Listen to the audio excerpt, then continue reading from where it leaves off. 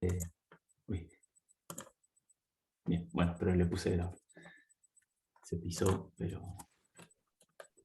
da para hacer el chiste de que hoy arrancamos con test de hipótesis y con su trabajo están testeando algo, pero bueno, probablemente no tengan nada que ver, así que tampoco vamos a hacer chistes muy trillados.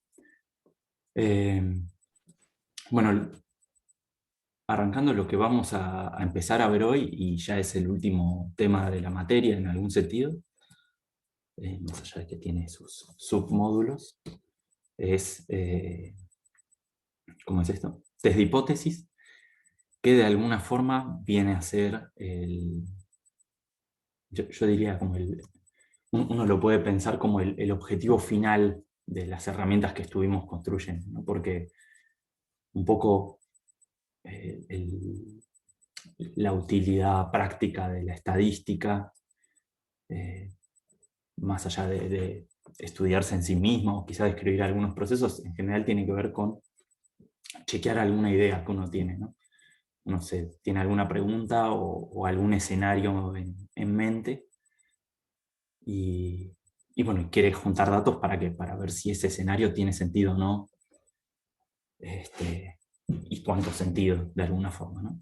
Entonces estuvimos viendo un poco eso antes con lo que era estimación y con lo que eran los intervalos de confianza que nos daban información sobre cómo era un número, ¿no? Que queríamos estimar, una variable podemos pensar, o bueno, no variaría, pero algún parámetro de interés. Eh, y bueno, acá es como que vamos a hacer un saltito más de nivel donde lo que queremos es poner a prueba algún escenario posible en base a los datos. Hay un montón de formas de hacer esto, ¿no? O sea, dependiendo el área de trabajo, las preguntas que se hagan, bueno, la variedad de parámetros o situaciones que se les puedan ocurrir. Hay un montón de abordajes a este problema, porque es un problema muy básico. Lo que vamos a ver acá es una de las formas de encararlo, que de alguna forma es la más natural, partiendo de lo que vimos antes en la materia. Pero bueno, yo siempre con la idea de que quizá quien se dedique a data science después se encuentre con otras formas de hacer estas cosas. Se los menciono así en general. Hay otros abordajes a este mismo problema.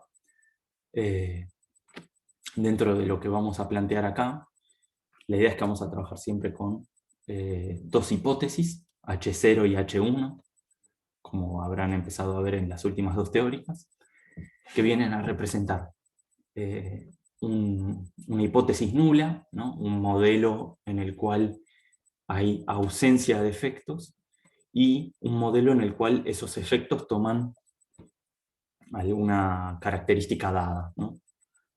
Que bueno, uno tiene que de alguna forma describir. Entonces acá les pongo algunos ejemplos. No sé, no hay correlación entre la altura y el peso de una persona, H0, ¿no? Y H1 es, bueno, no, para la correlación es positiva.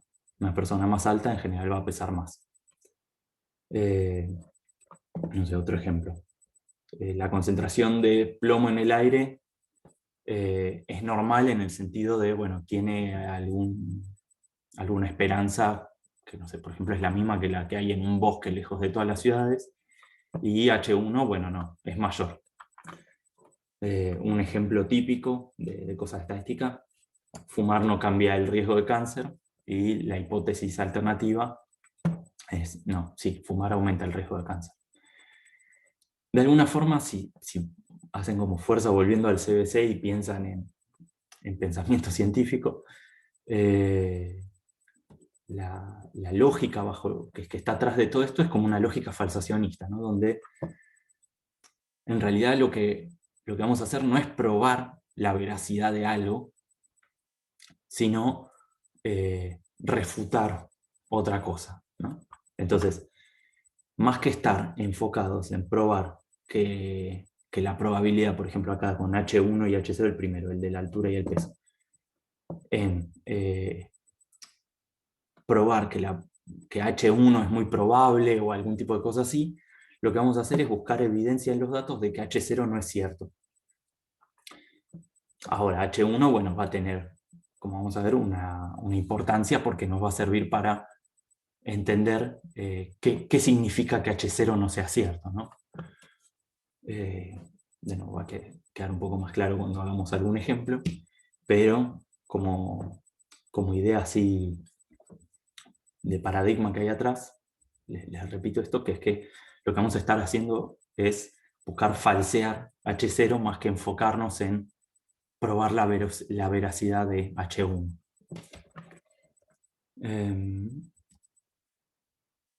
Entonces, ¿cómo vamos a hacer eso? Bueno, la idea es que en base a las mediciones que vamos a tener, bueno, acá lo estoy presentando como en general, como para que sirva de repasito conceptual de un video que deben haber visto la semana pasada en la teórica, pero ahora en el ejemplo concreto yo confío que va a quedar más claro. La idea es que vamos a armar una región de rechazo en base a la cual si el observable, el estadístico que midamos, ¿no? Por ejemplo el promedio, no vamos a trabajar con otro tipo de test, pero uno podría pensar, no sé, que mi observable sea la correlación o algún otro numerito que yo pueda medir. Y bueno, si ese numerito cae en una región, vamos a pensar que podemos rechazar H0. Y si no, bueno, lo que vamos a decir no es que nos quedamos con H0, sino que no hubo evidencia suficiente para rechazarlo, ¿no? Para descartarlo. Como que quedamos en un veremos en ese caso. Entonces, por ejemplo, acá, fíjense, les pongo algunos ejemplos en términos de lo anterior.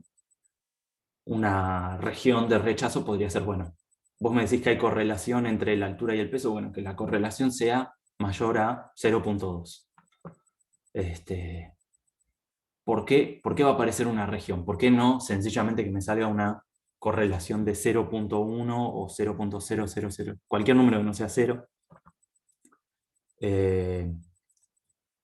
me indicaría rechazar H0, ¿no?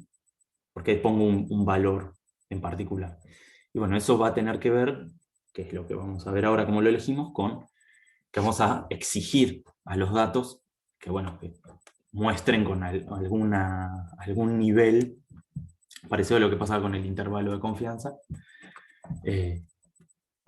evidencia en contra de H0, porque como vieron hasta ahora, por el simple hecho de muestrear los datos, el promedio puede variar, la correlación puede variar, y entonces que esto de distinto de 0 tampoco es que me va a probar por sí mismo nada, ¿no?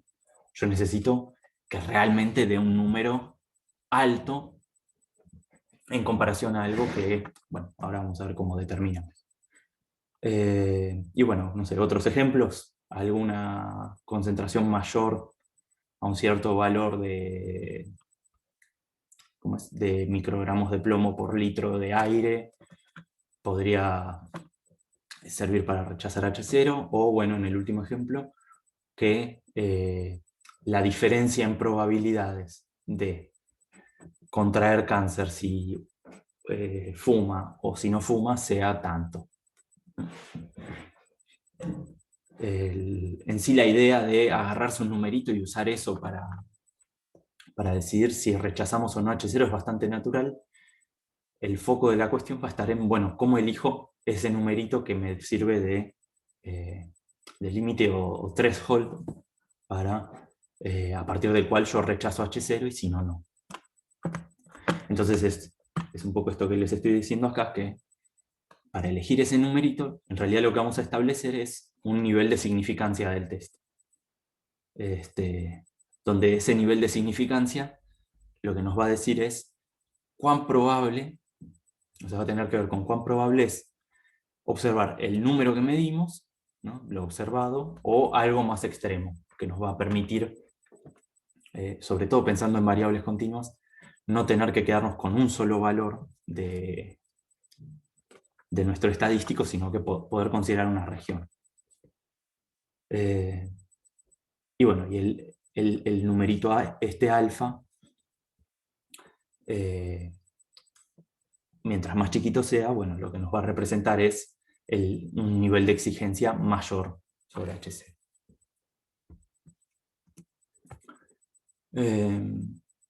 Bueno, continuando un poquito el repaso de lo que vieron en la teórica. ¿Hasta acá se sigue? ¿Hasta esto? ¿La idea se entiende? ¿Tiene alguna Sí, pregunta? sí, sí.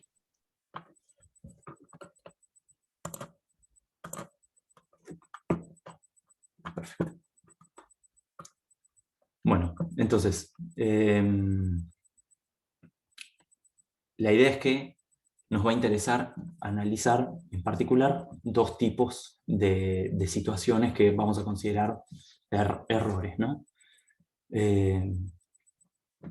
Una es rechazar H0 erróneamente, que lo llamamos error tipo 1, y otra va a ser rechazar H1 erróneamente, que es un poco este cuadrito que les pongo acá, bastante convencional de este tipo de análisis, donde hay dos situaciones que son correctas, ¿no? Que es, bueno, si yo rechazo H1 y H0 es verdadera, estamos bien. Si yo rechazo H0 y H1 es verdadera, estamos bien también. El problema son las otras dos situaciones. Entonces, cada una, de alguna forma, la vamos a abordar distinto, pero nuestro objetivo va a ser reducir las probabilidades de que ocurran cada uno de estos dos errores. Entonces, el foco va a estar puesto en los errores de tipo 1, donde lo que vamos a querer es poner un límite a la probabilidad de, como les decía, rechazar H0 cuando H0 era verdadera, y eso va a darnos, va a tener que ver con el nivel de significancia del test. Y a partir de cómo construyamos el test, ya va a quedar definido la probabilidad de error de tipo 2, que en definitiva la única forma de controlar lo que vamos a tener, una vez establecido todo lo otro, va a ser sencillamente aumentar las muestras que tengamos del test. ¿Y por qué es eso? Bueno, porque fíjense qué es lo que va a pasar en la lógica esta de trabajo. H0 va a ser una hipótesis que nos va a permitir construir un modelo, ¿no? O sea, por ejemplo, vamos a tener un número esperado de, ¿cómo era? Concentración de plomo en el aire, ¿no? Uno va al bosque, mide con mucho detalle cuál sería la concentración de plomo si no hubiera contaminación por los autos, y obtiene un número. Entonces esa situación la conozco. Entonces bajo H0, ¿no? Si estoy en mi situación donde H0 es verdadera, yo voy a conocer la distribución de la cantidad de plomo en aire para una dada ciudad, ¿no? Porque sería la del bosque, en donde yo medí. Entonces acá conozco todo. Ahora, si la concentración es otra, que yo no conozco, bueno, no la conozco, no la sé. Entonces, no tengo forma de calcular exactamente cuál es la probabilidad de haber obtenido, por ejemplo, una concentración de 100 microgramos de plomo en aire,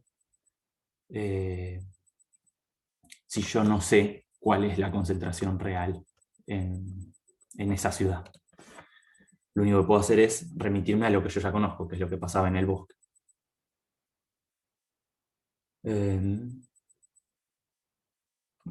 Eso.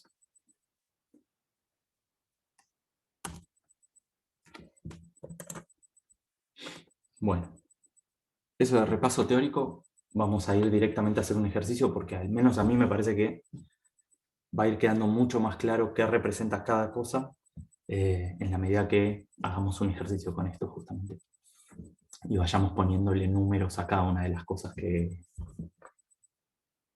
¿cómo es? Bueno, que fuimos mencionando. Entonces, en este ejemplo, lo que vamos a hacer es, vamos a considerar un procedimiento en el cual lo que se hace es medir el contenido de manganeso de un mineral, que bueno, ese procedimiento está bien estudiado y se conoce que tiene distribución normal con una desviación estándar de 0.15. Y el objetivo es ver si el método tiene un error sistemático, ¿no? ¿Qué significa un error sistemático? Significa que si la concentración del contenido de manganeso es X, bueno, yo mido X más un número, no sé, X más delta, lo vamos a llamar.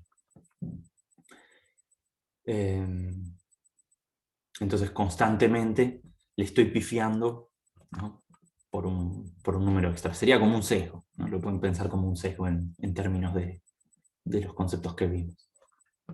Entonces para eso, ¿qué es lo que hacen? O sea, agarramos un pedazo de mineral que tiene 7% de manganeso y lo que hacemos es medir la concentración muchas veces con este método. Y bueno, y entonces las preguntas van, ¿no? ¿Cuál es la distribución de los datos en caso de que no haya error sistemático? ¿Qué pasa si el error sistemático es tanto? Etcétera. Así que bueno, nos vamos a pasar a un LaTeX. Un LaTeX y lo vamos a ir resolviendo en equipo.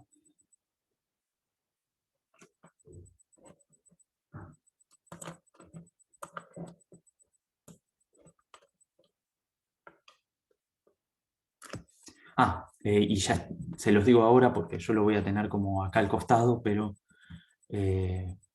quizá a ustedes les venga bien. Como siempre está el PDF que les estoy mostrando, está en el campus. Así que quienes puedan, yo voy a ir releyendo igual las distintas preguntas que me interesa que respondamos, pero vayan y ténganlo a mano, cosa de poder comparar.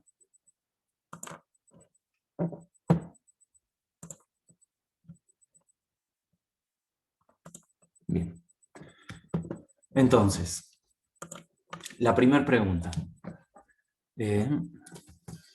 Perdón, profe, ¿puede ser que tenga el chat abierto? Porque hay como un Sí, cuadrado azul que tapa. perfecto. Ahí está. Perdón. Ahí se fue. No, gracias. Sí, sí, ahí está, ahí se ve. Súper importante que avisen eso. Viste, es la contradicción entre tener el chat abierto y que tape la pantalla. Bien. Entonces, el punto A. En el punto A nos preguntan, bueno, nos dan los datos de las mediciones y nos preguntan cuáles son las distribuciones de los datos en cada una de las situaciones, ¿no? Entonces, nosotros sabemos que el método tiene un sigma que es de 0.15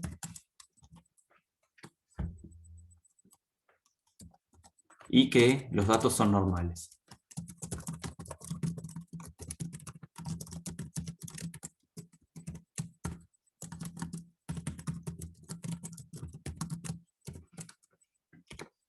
Entonces, si no hubiera error sistemático, ¿cuál sería la distribución de los datos? A ver, vamos a anotar el resto de las cosas.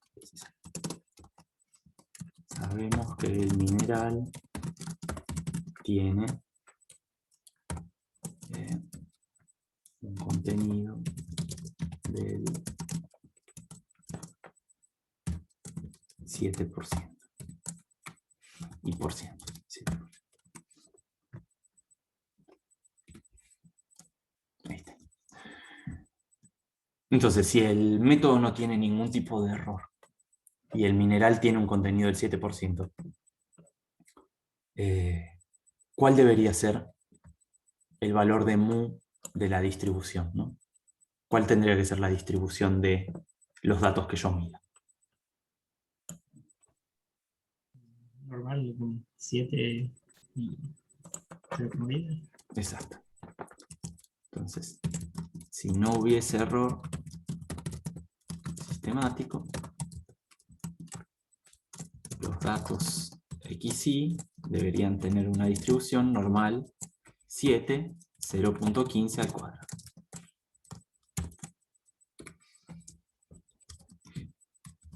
si sí hubiese error,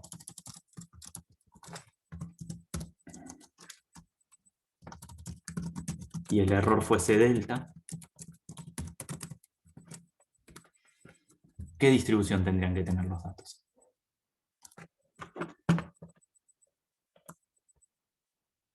Habría que sumarle delta al 7, puede ser. Exacto. O sea, en promedio voy a medir un valor delta extra, ¿no? Ya sea que delta sea positivo o negativo, no nos dicen eso. Lo único que sabemos es eso, que podría haber algún tipo de error sistemático.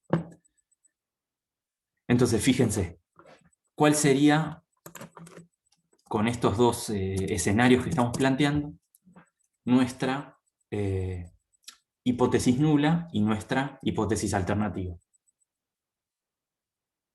Una cuestión, más allá de que le pusimos nombre y dijimos delta, ¿no? Así como está, nosotros sabemos cuál sería la distribución de los datos en caso de que hubiese error sistemático, pero siendo que no sabemos cuál es el error sistemático.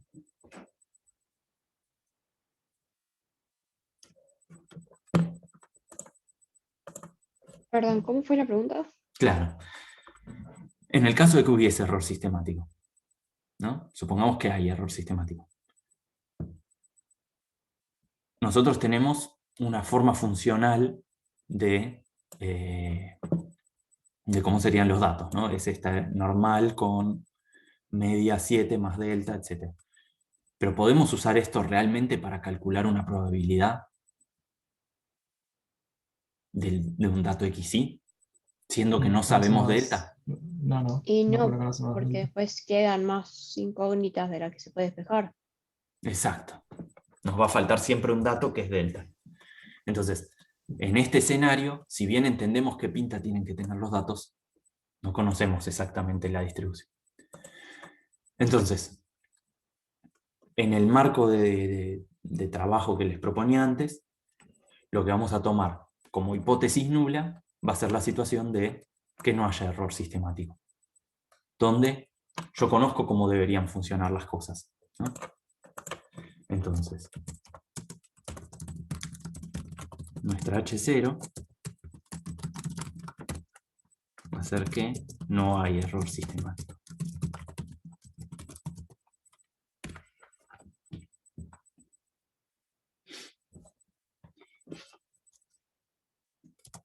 Y nuestra H1 va a ser simplemente que sí hay error sistemático.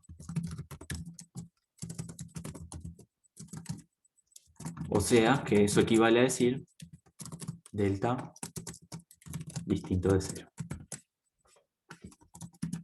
Tengo que poner un espacio, si no. De nuevo lo podemos resumir como H0 es delta igual a 0, H1 es delta igual a 1. Delta igual a 1. Perdón. Delta distinto de 0. Ah, ok. Yo te iba a preguntar de por qué era 1. Bien. Entonces eso es el punto A. Bien.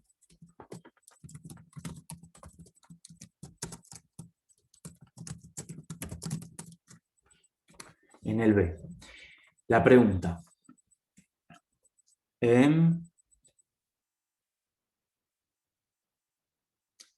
Bueno, acá lo redacté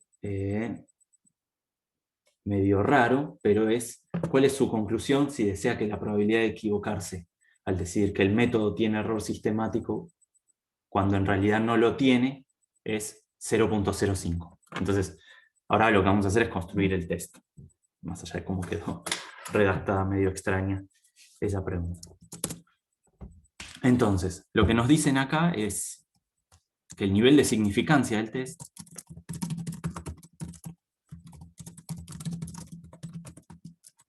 va a ser alfa igual a 0.05. Debería haber escrito un punto que diga cómo es. Construye un test primero de nivel de significancia alfa, ¿no? Entonces vamos a construir uno y después vamos a ver cuál es la conclusión del test.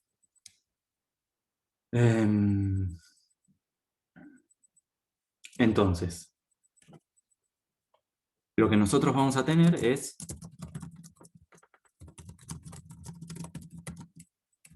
o inclusive lo que tenemos, porque están ahí escritos, nosotros tenemos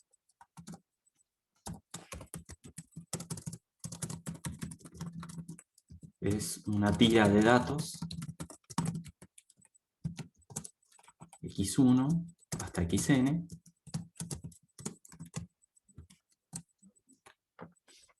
para los cuales podemos calcular algún estadístico para el cual conozcamos la distribución. Que de nuevo, ahora lo llamamos estadístico y eso tiene que ver en gran medida con motivos de área, históricos y cuestiones así, pero lo que vamos a construir básicamente es un numerito, una variable para la cual conozcamos bien la distribución y podamos calcular la probabilidad de que resulte en cierto rango de valores, ¿no? Algo a lo cual podamos intentar predecir qué es lo que va a dar. Entonces, si se acuerdan de cómo estaba planteado en la teórica, vamos a usar lo mismo, que es el X raya. Entonces, va a ser nuestro estadístico.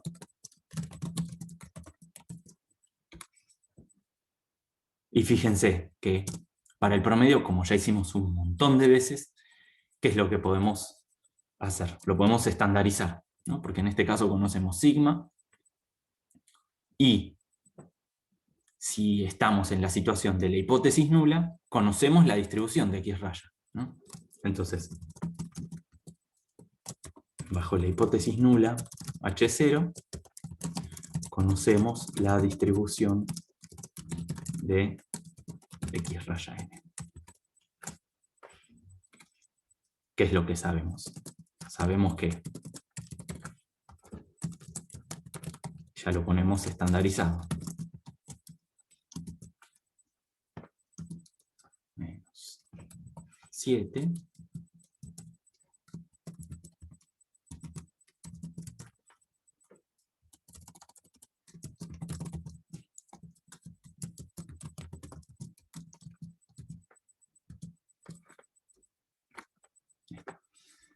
esta cosa que estoy escribiendo acá, ¿qué distribución tiene que tener? Que fíjense que lo que hice es restarle el promedio y dividirlo por la desviación estándar.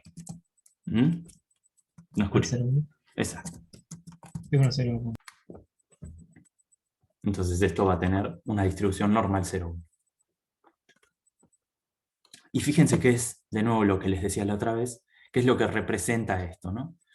Fíjense, nosotros lo que queremos hacer es ver cuán creíble es que, en definitiva, ¿no? ¿Cuál es la idea de fondo? Lo que queremos ver es cuán creíble es que la media de la distribución de los X sea 7. Entonces, ¿qué es lo que estamos midiendo acá? Lo que estamos midiendo es el promedio, cuán distinto es de 7 en unidades del desvío estándar, ¿no? ¿Por qué? Porque el desvío estándar nos dice cuánto algo es grande o chico, ¿no? Porque podría ser, no sé, que el X raya me dé 100, pero si el sigma es 1000, 100 es poquito, ¿no? Ahora, si el sigma es chiquitito, voy a esperar que el X raya sea muy parecido al 7. Y ahí es donde, de nuevo, como ya vimos en un montón de cosas a lo largo de la materia, empieza a jugar un rol importante este n, porque lo que hace es achicarme el desvío del X raya, ¿no? Mientras más mediciones tengo, más certeza tengo de cuánto tiene que dar el X raya. Entonces, en esta situación, yo conozco, como les decía, conozco la distribución del X raya n, por lo tanto, puedo calcular las probabilidades de esta variable, que para escribir un poco menos la voy a llamar Z. Y entonces lo que puedo hacer es algo muy parecido a lo que hicimos con los intervalos de confianza. Puedo preguntarme cuál es la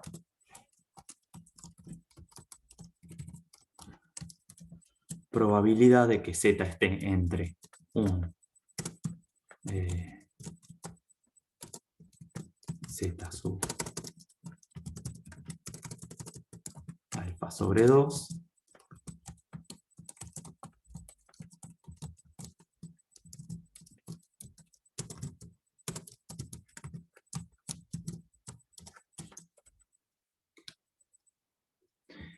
de forma tal que esto sea exactamente alfa.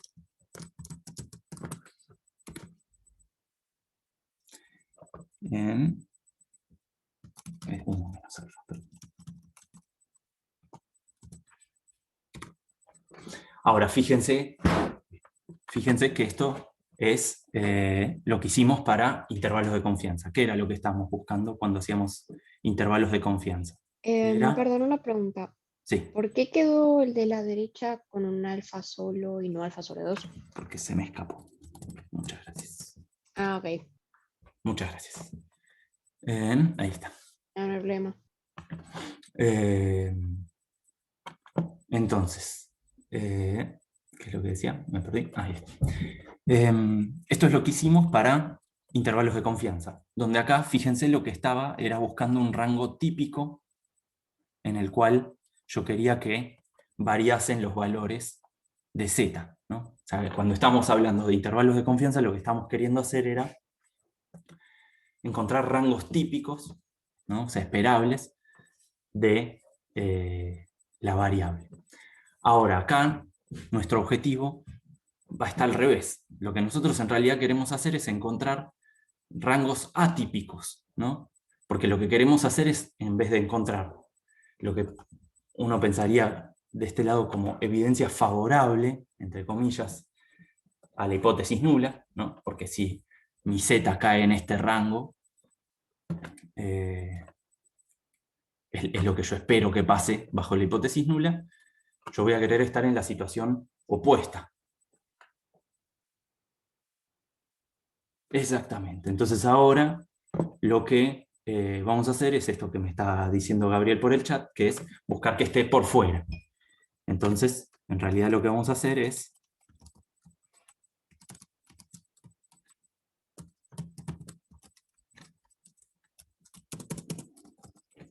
vamos a buscar que Z esté por fuera del rango menos Z sub alfa sobre 2 Z sub alfa sobre 2.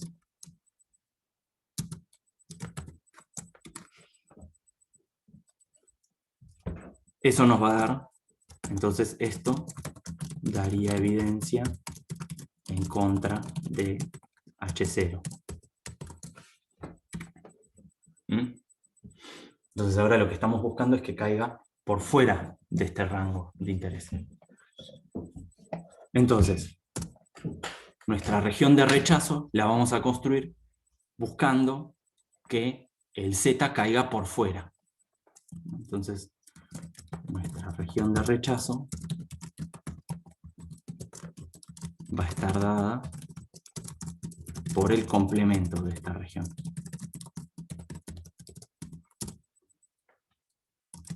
Es decir, R, que va a ser la región de rechazo, va a ser, intentar copiar así es un poco más ameno,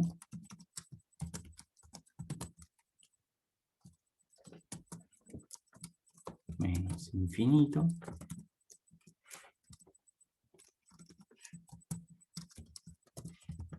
unión, esto hasta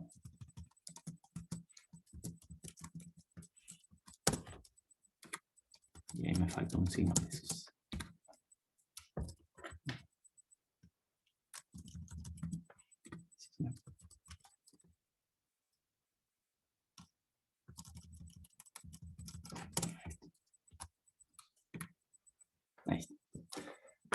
Entonces, fíjense, lo que vamos a pedir para rechazar H0 con un nivel de significatividad alfa va a ser que Z caiga en esta región. O sea, que Z esté lejos de lo que esperaríamos a nivel alfa. ¿Mm? Fíjense cómo entonces se relaciona con lo que estuvimos haciendo hasta ahora, solo que ahora lo que estamos haciendo es mirar la otra región, ¿no? Porque lo que estamos buscando es situaciones atípicas.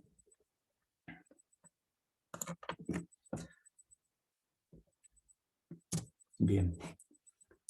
Entonces, esto lo podemos escribir también para que sea un poco más legible, si quieren, en términos de los valores del X raya. Legible es muy relativo, pero en términos de los valores que toma X raya,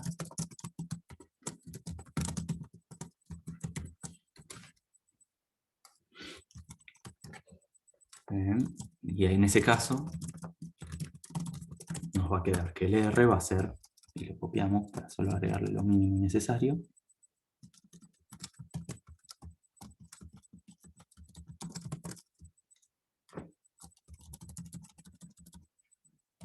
si hacen un poco de memoria sobre qué era lo que daban los intervalos de confianza, lo voy compilando así, ya lo podemos ir viendo más o menos. Fíjense, lo que hago es, al promedio le resto el Z alfa, pero rescaleado con la variación que yo espero. Y del otro lado nos va a quedar algo parecido.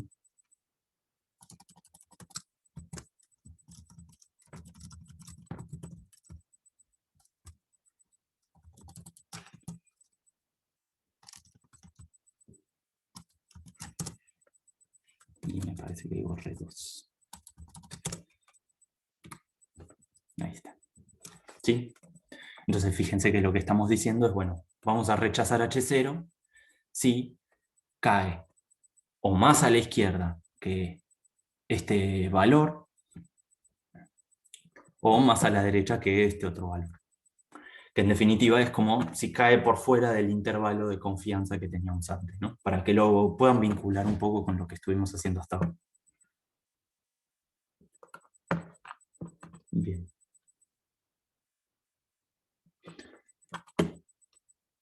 De nuevo, como suelo hacer, es el cálculo exacto, ¿no?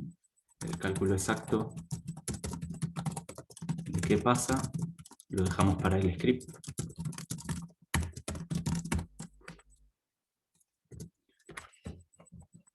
Pero fíjense que lo que tendríamos que hacer ahora es, en efecto, que es lo que vamos a hacer después, es calcular el X raya n usando los datos que están en el PDF y ver si cae adentro o no de esta región. Y eso nos dice si rechazamos o no H0. Y ese sería el test. O sea, digamos, ahí terminaría el resultado del test.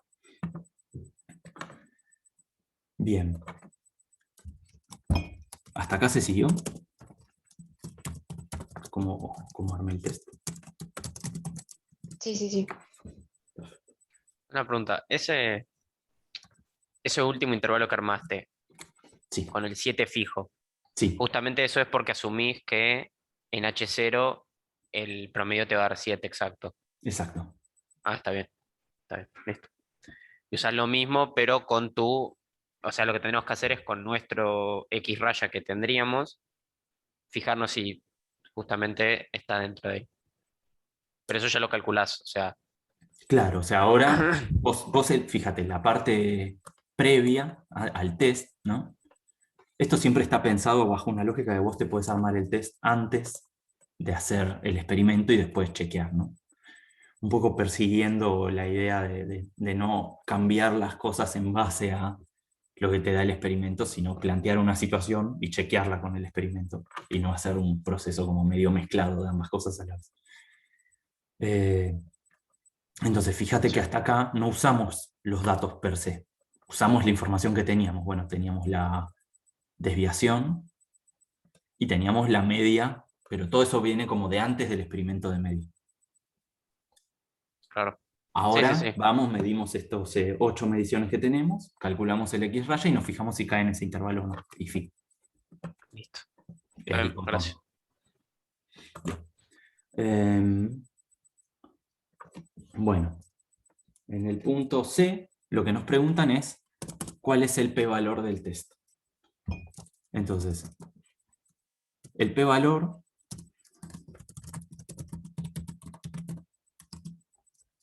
lo que va a representar es el nivel de significancia más alto, o sea, el alfa más chiquitito, digamos, el nivel máximo de exigencia que yo puedo pedirle a los datos de forma tal que todavía pasen el test. ¿No? Entonces,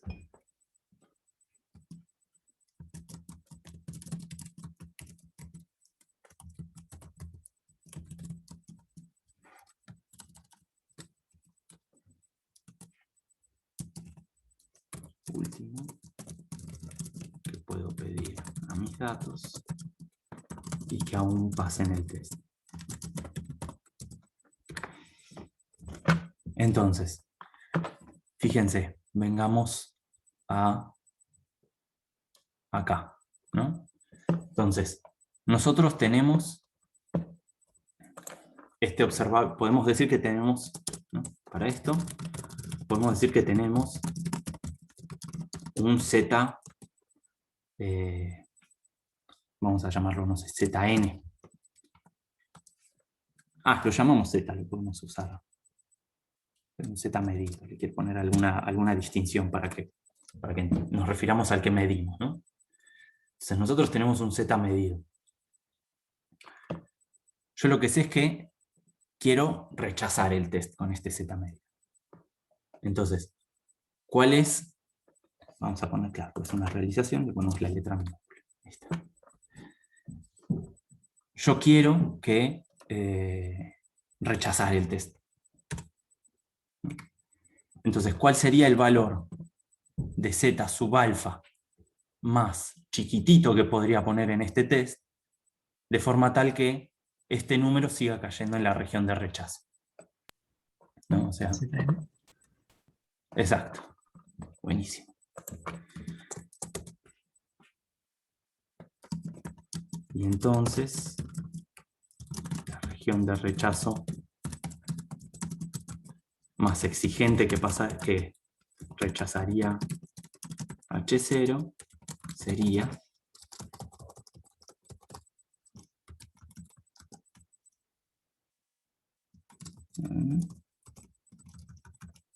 esto que teníamos acá, pero reemplazando Z sub alfa por Zn.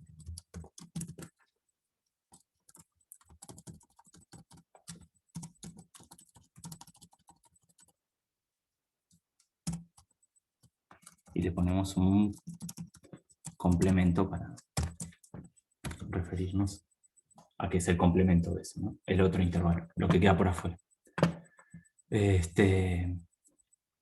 Entonces, fíjense que en realidad el p-valor termina siendo una función de los datos, o sea, ya no es algo que yo me armé antes del test, sino que es algo que obtengo después de hacer mi experimento, y que de alguna forma lo que viene a hacer es resumir la fuerza, ¿no?, de la evidencia en contra de la hipótesis nula que tienen mis datos. Fíjense, si el Zm que me diese acá fuese un número muy grande, ¿no?, pensaría que los datos tienen poca potencia, porque es como que la región de rechazo se achicó. Mientras que el Zm que me dio acá es muy chiquito, al revés, perdón, lo dije al revés.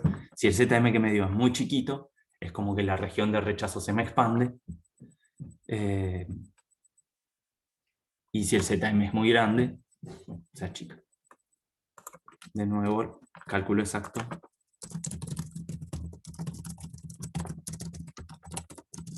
Vamos a hacer con el R.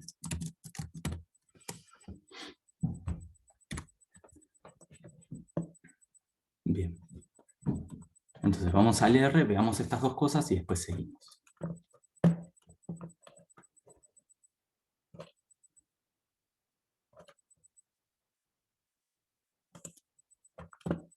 Yo pongo esto acá, ¿lo ven o no lo ven? Sí, se ve. O sea, se ve el Sí, R, sí. ¿no? Perfecto. Este se ve el R. Bien. A ver.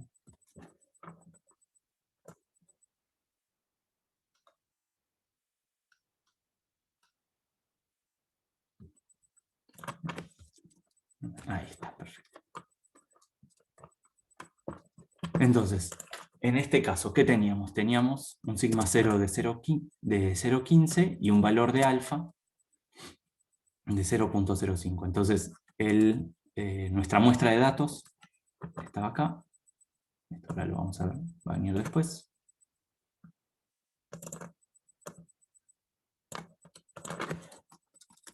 Cargo los datos estos. Porque no me gustó.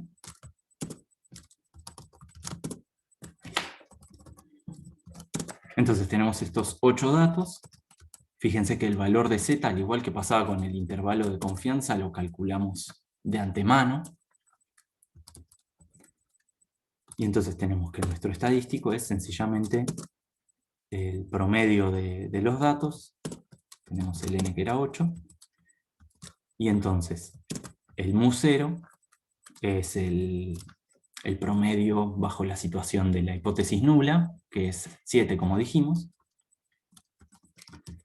Y entonces, teniendo todo esto hasta acá, solo queda fijarse cuánto dio el X raya y cuál es el intervalo, que acá podemos ver.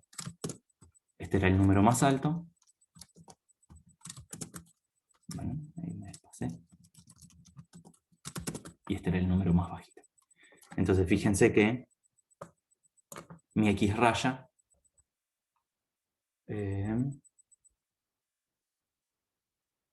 estaría cayendo dentro de la región de rechazo, ¿no?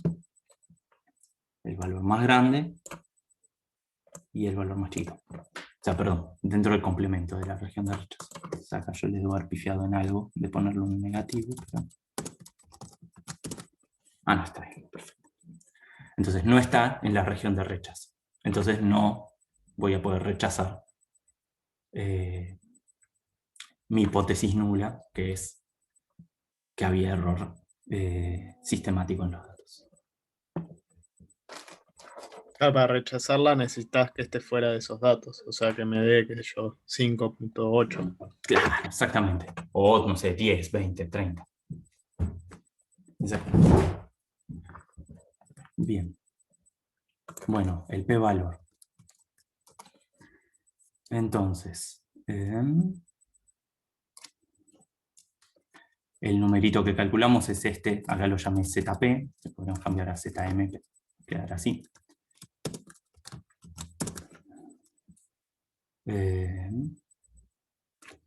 Y ese es el valor que da exactamente en este caso.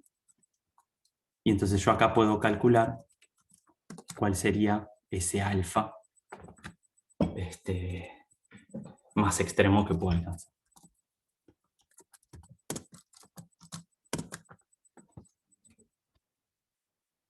Y bueno, con el alfa que pedí, bueno, hay algo que me está dando medio raro.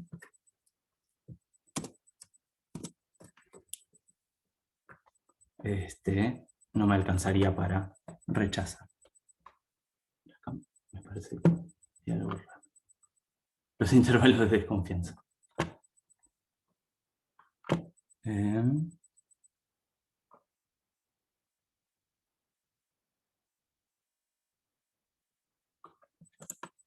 Claro, el p-valor sería la región a partir de la cual yo rechazaría los datos. Dame un segundo. Si p-valor me da más grande que alfa, ¿qué pasa? Claro, si p-valor, o sea, yo lo que quiero es... acá hay un cálculo en el cual le pifié en algo, me da la impresión. El cálculo este p-valor que tiene que darme más grande que alfa para que yo ya no pueda rechazar a nivel alfa, ¿no? Bueno, me dio duda esto, se los corrijo al final de la clase. Tengo una pregunta sobre el p-valor recién. Sí, O sea, ¿sería válido, digo, pues yo lo pienso, directamente usar el p-valor en vez de usar el intervalo para ver si la rechazas o no? Ver, claro, es que la pregunta con el p-valor es cuál es el intervalo más extremo que yo me podría armar de forma tal de seguir rechazando la hipótesis nula, ¿no? claro. Entonces, de alguna forma el p-valor lo que te va a hacer es, Siempre que te dé menor, ya lo vas a poder rechazar. claro, si el p-valor es menor que el nivel de significancia que vos querés, tendrías que poder rechazar. Por eso acá yo me debo haber confundido en algún lado, no quiero meter de más la pata ahora, pero le debo estar pifiando en algo en cómo elegí calcular este p-valor. Denme un ratito para el final de la clase se los corrijo. O no sé si... Pregunta, si no estoy rechazando, Sí, o sea, si con alfa en 0,5 no estoy rechazando y el p-valor me da 0,7, ¿en 0,7 es cuando se empieza a rechazar o cómo funciona eso? claro, exactamente. O sea, a partir del p-valor y con niveles de significatividad, o sea, con valores de alfa más grandes, vas a rechazar siempre, ¿no? El p-valor te dice como el alfa más chiquito al cual puedes llegar, básicamente. ¿Sí? ¿Se entiende? O sea, vos vas bajando el alfa y a medida que vas bajando el alfa, va aumentando la exigencia de tu test, porque pedís algo que sea más y más atípico. El p-valor, de alguna forma, lo que resume es cuán atípicos estarían siendo los datos que vos obtuviste. O sea, el p-valor lo que me dice es si es menor, o sea, a ver, me mezclo un poco. Si es más grande, si acá tomo, no me lo está rechazando, ¿no? Claro, no estamos logrando rechazar la hipótesis nula, porque fíjate que el rango de valores que yo obtengo está entre... ¿No debería ser más chico el p-valor? Cuanto más grande, más chico el p-valor, más exigente necesitas que es. Eso es lo que no entendí entonces. O sea, me decís Claro. que alfa, cuanto más chico es, Ujú, más exigente se vuelve el test, ¿no? exacto.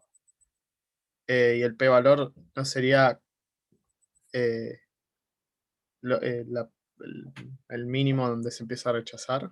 Exacto. Entonces no tiene sentido que sea más chico ahora. Claro, por eso decía, en algún lugar acá le debo estar pifiando en la cuenta. Les pido que me No dejen digo, despacito, pero tiene que ser sí, más grande que alfa el p-valor que me dé. Porque quedémonos con esto, ¿no? Esto estoy seguro de que está bien. El otro lo agrega un poco más. pero, Sí. o sea, ¿por qué tendría que, eso realmente, ¿por qué tendría que ser más grande ahora? Porque a los datos no les alcanza para rechazar con un nivel 0.05, entonces el p-valor tiene que ser más grande que 0.05, porque el p-valor lo que me va a decir es el valor más chiquito de alfa que yo podría pedir y aún así rechazar los datos.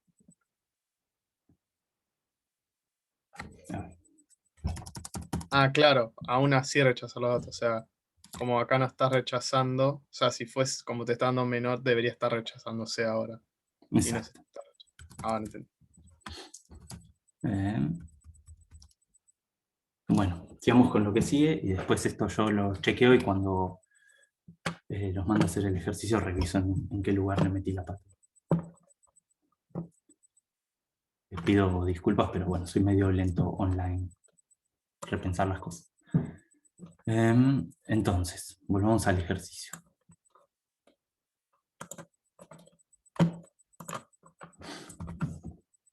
Em,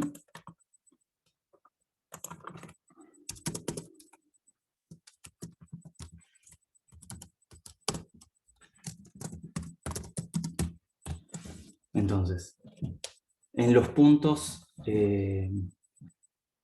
D y E, lo que nos preguntan es por las situaciones en las cuales el método sí tiene un error sistemático, y lo que queremos es ver cuál es la probabilidad de cometer errores de tipo 2. Entonces, fíjense qué es lo que estamos queriendo calcular acá. Antes, la pregunta era, bueno, supongamos que estamos en la situación de la hipótesis nula, es decir, que el valor medio es del 7%.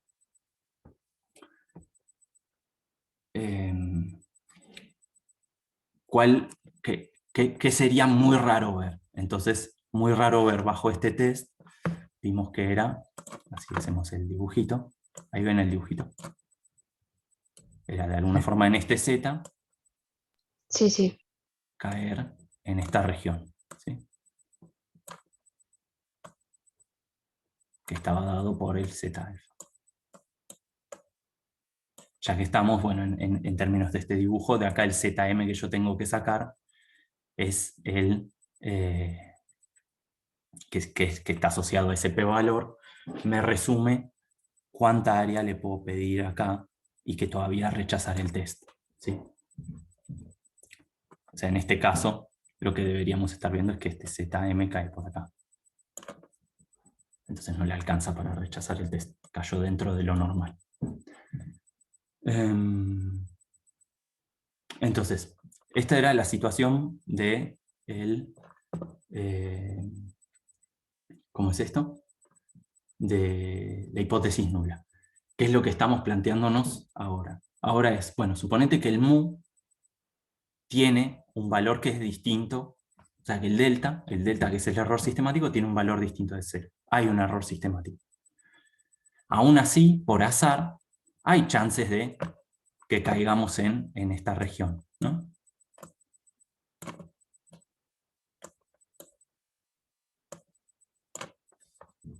Yo puedo caer en esta región, aunque,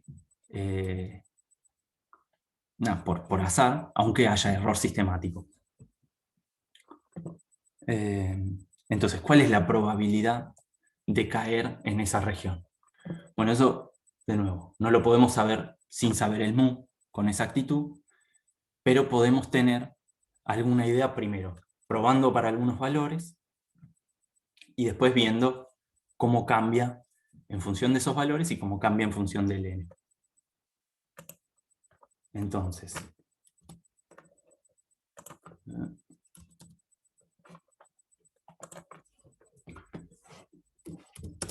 veamos qué pasa si delta es igual a 0.1. Entonces, si delta fuese 0.1, ¿cuál sería la probabilidad de error de tipo 2? Es decir, la probabilidad de caer en la región R.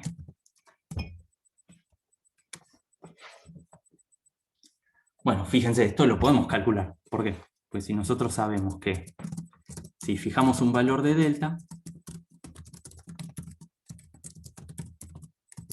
en 0.1, podemos calcular la probabilidad de que el xn caiga en R.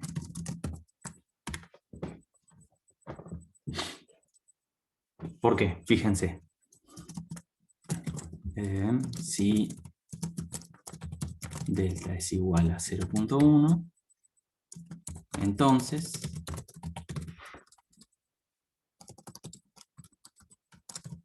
vamos a ponerle otro nombre, pero I menos delta,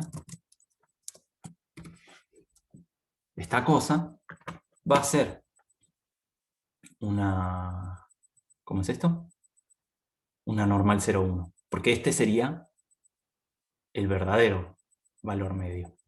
Entonces sí lo estaría normalizando bien en esta situación. Y entonces, bajo esta hipótesis, ¿no?, la de que delta es igual a 0,1, yo puedo calcular este i y ver cuál es la probabilidad de que el i caiga en... Me quedó esto. De que el i caiga en esta región. Entonces, veamos de hacer ese cálculo. Fíjense. Cómo retransformo esta región para poder calcularlo con las funciones del R. Entonces, nosotros lo que teníamos antes era un Z alfa, y lo que teníamos era las regiones el X raya,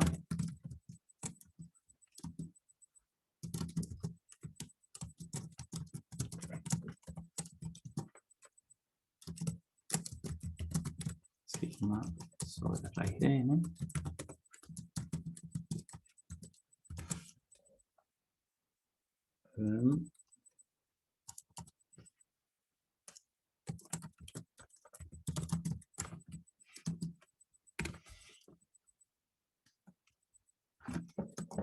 que no le gusta.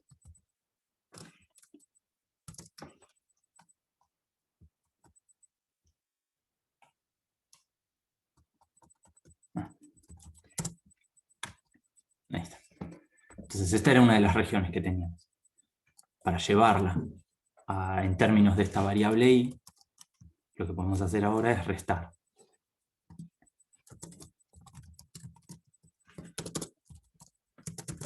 Para armar las regiones. A esto le podemos ir restando.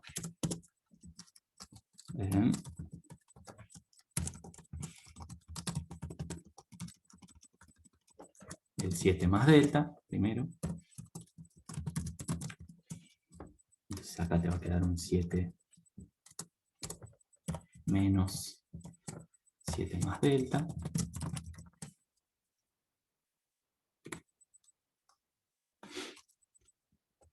Y ahora dividimos por el sigma raya sobre raíz de n. Y entonces nos va a quedar que i igual a esto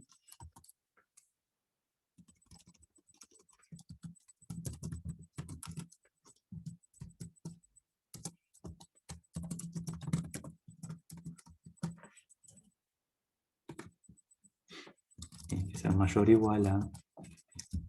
Fíjense acá el 7 con el 7 se va, solo me queda un menos delta. Y al dividir por el sigma raya, por el sigma sobre raíz de n, queda sigma sobre raíz de n.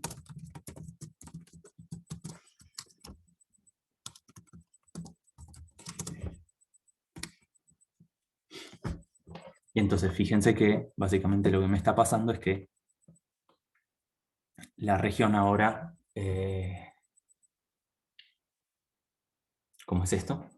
Cayó un poquito por arriba, perdón, digo que me aparece una corrección al Z alfa que yo tenía antes, ¿no? Porque la media es distinta. Entonces, si mirase el otro lado, lo que tendría es algo muy parecido, pero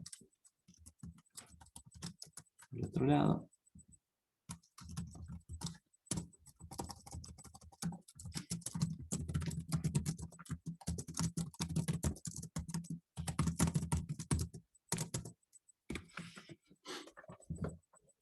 Entonces, bueno, teníamos ese i, agarramos la región de rechazo y vimos que pinta tendría la región de rechazo en términos de i.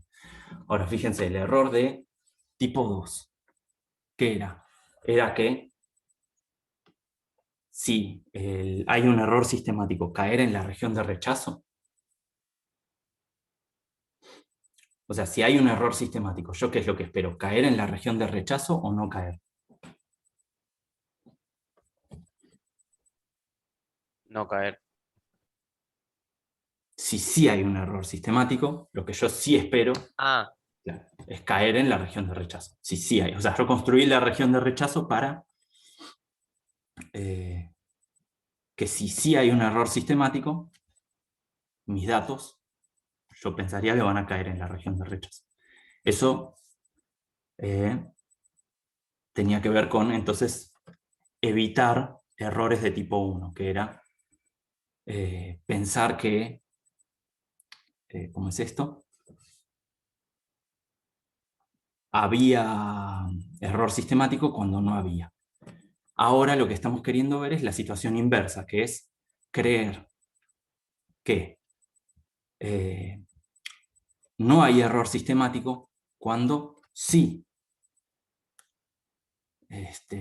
¿Cómo es? Creer que no hay error sistemático cuando sí hay error sistemático. Entonces, en realidad ahora lo que tenemos que mirar es el complemento de esta región. Entonces, pongamos que esto era para rechazar H0. Lo que queremos es ver las chances de caer en la región de no rechazo, es decir, R complemento,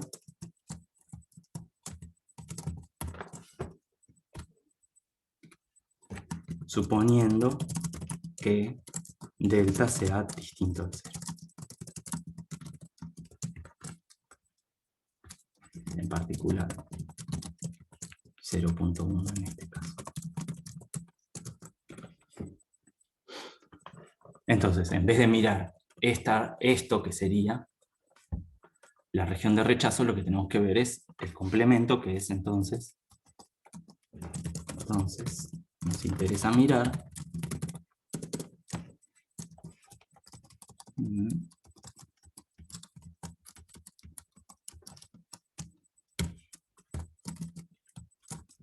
menos delta. Delta sobre raíz de n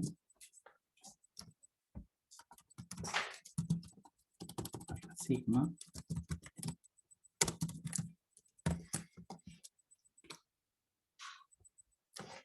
donde me lo está agregando, no lo veo.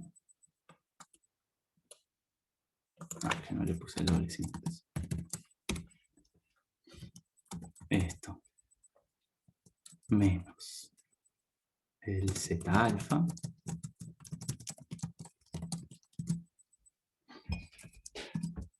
menor o igual ahí, menor o igual a esto más el Z.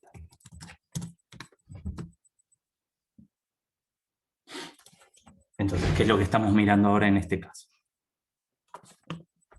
Esto que corresponde. Esto corresponde a caer en la región en la que no rechazaríamos H0, pero igual delta es distinto de 0.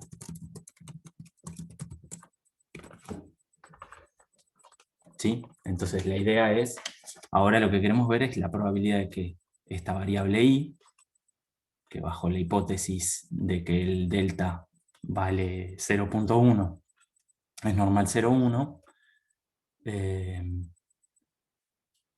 queremos ver la probabilidad de que caiga en la región en la cual no rechazaríamos. Y bueno, esto, de nuevo, entonces, lo podemos calcular usando pnorm primero. Y antes de ir de nuevo al R, y terminar el ejercicio. Lo siguiente que nos preguntan es, bueno, lo que vamos a ver ahora es que esto va a dar un numerito en función del n. Y es lo que les decía antes, la forma de controlar, vamos a decir, el error de tipo 2 que vamos a tener es variar el n. ¿Por qué? Porque fíjense que si bien yo ahora voy a calcular esto para un valor de delta, en general no voy a saber cuál es el valor de delta real. Entonces, lo único que me va a dar algo de tranquilidad, si quieren, es saber que esto se va a ir achicando para, ¿cómo es? Valores de n más y más grandes. Y ya. No puedo pedir mucho más que eso. Bien. Ahora, ¿te puedo parar de una pregunta? Sí, por supuesto. Aunque esto se te vaya a 0 por el n, Ujú.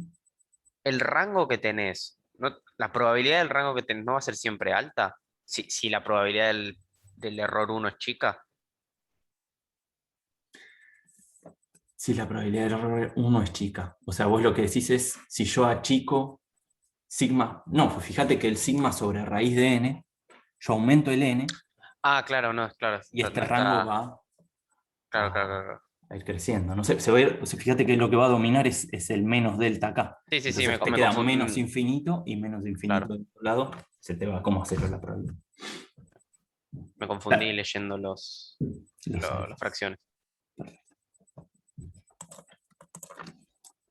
Ahora cuando lo suba a la página le corrijo esos alfas que me faltó la barrita, no desespero. O no desespero yo, no sé. Porque ustedes no les preocupa. Entonces, bien. Bueno, ahí confío que están viendo el R de nuevo. Y entonces, lo que me armo es un mu1, lo llamé mu1, que es el mu0 que era 7, más el delta, que es 0.1.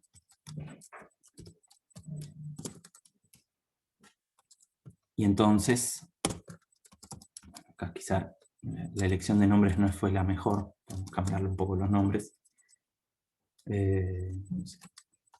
Y era esto. Y entonces esto sería lo que estoy llamando acá el delta sobre sigma raíz de n. No sé qué nombre le queremos poner. Delta extra. Lo dejo en delta. Entonces, fíjense, la probabilidad de estar en esta región directamente, fíjense que es negativo el delta. ¿Por qué? Porque es negativo, porque el error sistemático que estoy asumiendo es positivo. Y directamente calculo la probabilidad de error de tipo 2 como la resta de estas dos cosas. Y bueno, me da un número relativamente alto, ¿no? Más allá del resultado de este test en particular, lo que vemos es que este test es como que no es muy fuerte frente a variabilidad variabilidades chiquitas de delta 0.1, ¿no? O sea, no es un delta muy grande, quizá el error sistemático es chiquitito, e igualmente tengo muchas chances de no darme cuenta de que había un error sistemático. Eso es lo que me está diciendo esto, ¿no? O sea, el 50% de las veces yo no me voy a dar cuenta de que había un error sistemático, a pesar de que lo había, suponiendo que el delta sea de 0.1. Bueno, podemos probar un poco cómo varía esto en función del, ¿cómo es? Del mu1. Y acá un poco lo que les armé es eso, para que veamos qué pinta tiene. Yo creo que no le gustó porque...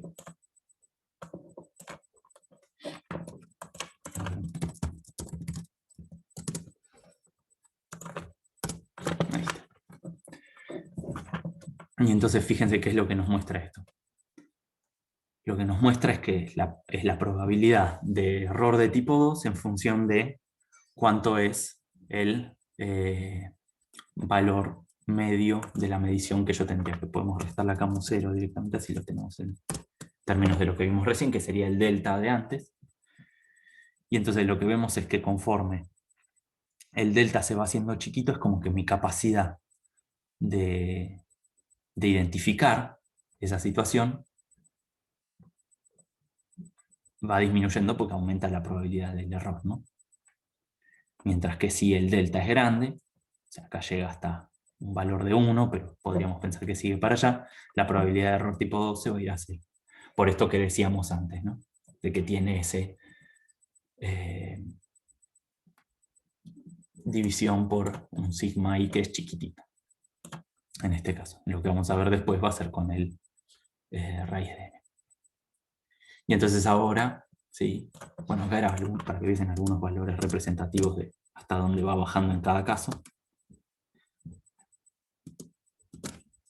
No importa.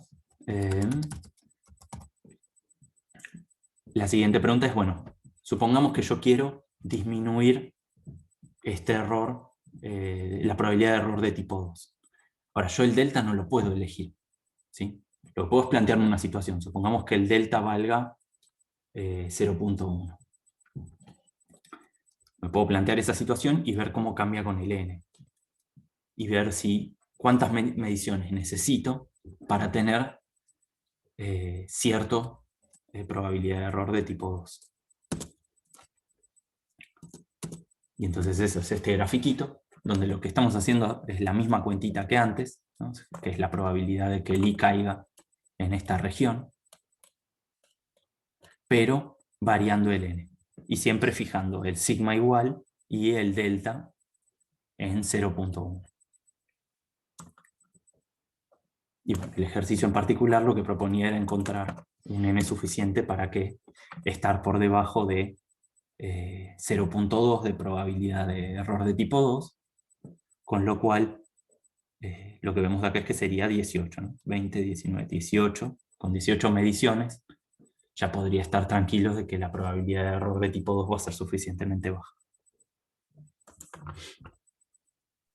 Claro, cuanto más mediciones haga, menos probabilidad de error tipo 2 tengo. Eso es lo que nos está diciendo. Exacto.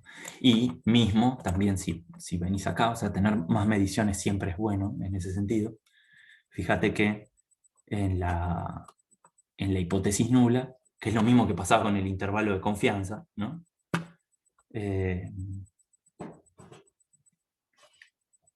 Vos más mediciones tenés y es como que la región de rechazo se te vuelve más grande. Se acerca más al 7 en este caso, ¿no? Porque la región de rechazo habíamos visto que tenía esta pinta. ¿No? Si esto era así, la gaussiana, y la región de rechazo para un dado valor caía por acá. Y esto era en el z, o sea, de acá elegíamos el z alfa. Pero si vos esto agarrabas y lo convertías en lo que valía para el xn, lo que podés pensar es que tenés todo este intervalo hasta acá, y sigo del otro lado, y conforme aumentas el n, es como que esto se va comprimiendo alrededor del 7, entonces un n más grande se empezaría a ver como algo así. Sigue la lógica de intervalos de confianza. Cuanto más n. muestras, más chico el intervalo, ¿no? Exacto. Pero el intervalo de confianza es lo que está acá, ¿no? Ahora es como que busco el de intervalo afuera. de no confianza. Exacto. Eso mismo. Bueno, ahora reviso eso que quedó medio raro de antes, y mientras les voy a dar... Gabriel hizo una pregunta en el chat. Muchas gracias. A ver. ¿Cuál es la influencia del número de muestras con error de tipo 1? Bueno, esto que acabamos de decir, ¿no? O sea, uno fija, ¿cómo es la lógica de esto? Uno fija un nivel de significatividad alfa, ¿no? Que me dice a partir de cuándo yo voy a rechazar el test, ¿no? De ahí saco el z alfa. Ahora, lo que pasa es que, como lo que te mostraba acá recién, el intervalito al que se termina correspondiendo eso, reflejado en el X raya, ¿no? O sea, acá estoy en mundo Z, ¿no? Esto es mundo Z, y esto es mundo X raya. ¿cómo se refleja eso? En el X raya se refleja en que básicamente el rango de valores para el cual vas a rechazar la hipótesis nula crece. Que si lo pensás en términos del intervalo de confianza, que es lo que teníamos antes, vos podés pensar que vos vas a esperar que si tu intervalo de confianza es así, de acá hasta acá, con esto la línea de los reales, si tu resultado cae por acá, vamos a poner otro simbolito, cae por acá, vos vas a rechazar. Ahora, ¿qué es lo que pasa conforme aumenta el número de mediciones? Bueno, este intervalo de confianza se hace más chiquito.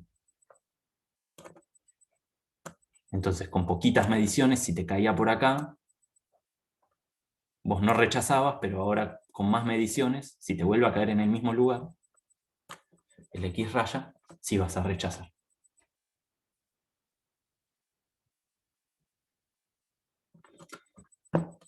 Después, el error tipo 1 aumenta, no. No es que aumenta el error. Justamente. Lo que... digamos, no es esa la forma en la cual lo plantearías, decir que aumenta el error de tipo 1, sino que lo que estarías diciendo es que tu test va a ser más exigente con los datos, ¿no? Va a ser más exigente con los datos y entonces vos vas a tener un intervalito, porque pensá que esto es la región de rechazo. La probabilidad, ¿no?, con la cual vos vas a tener error de tipo 1 siempre es alfa. Está fijo. Vos fijas ese número que es alfa. Pero habiendo fijado ese alfa, cambia ese intervalo. Y después había otra pregunta que era, el error de tipo 2 es que no caiga en la región de rechazo, exacto. O sea, sería que caiga adentro. Pero bueno, justamente sería que caiga dentro del intervalo de confianza bajo la hipótesis nula, ¿no? O sea, yo me armé mi intervalo de confianza bajo la hipótesis nula y entonces mi pregunta es, bueno, pero la hipótesis nula era falsa. Yo tenía otro modelo correcto en realidad. Igual puede pasar que mis datos caigan dentro de ese intervalo de confianza del modelo nulo. ¿Cuál es la probabilidad de que pase eso? Eso sería la de tipos. Bueno. ¿Alguna pregunta más? Aprovechen y pregunten. No, por ahora no.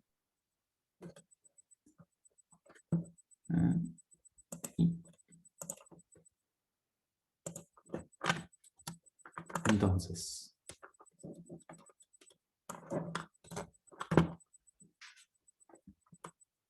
los voy a mandar a que prueben pensar un poquito y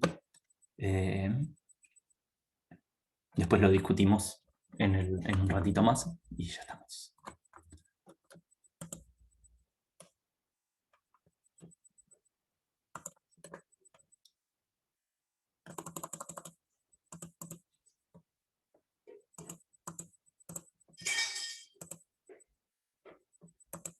Ahí está. ¿Les parece? En el campus, ¿no? El PDF. Sí, por supuesto. Y también está el script de R. Y si les parece, en 15 minutos lo resolvemos. Estaré.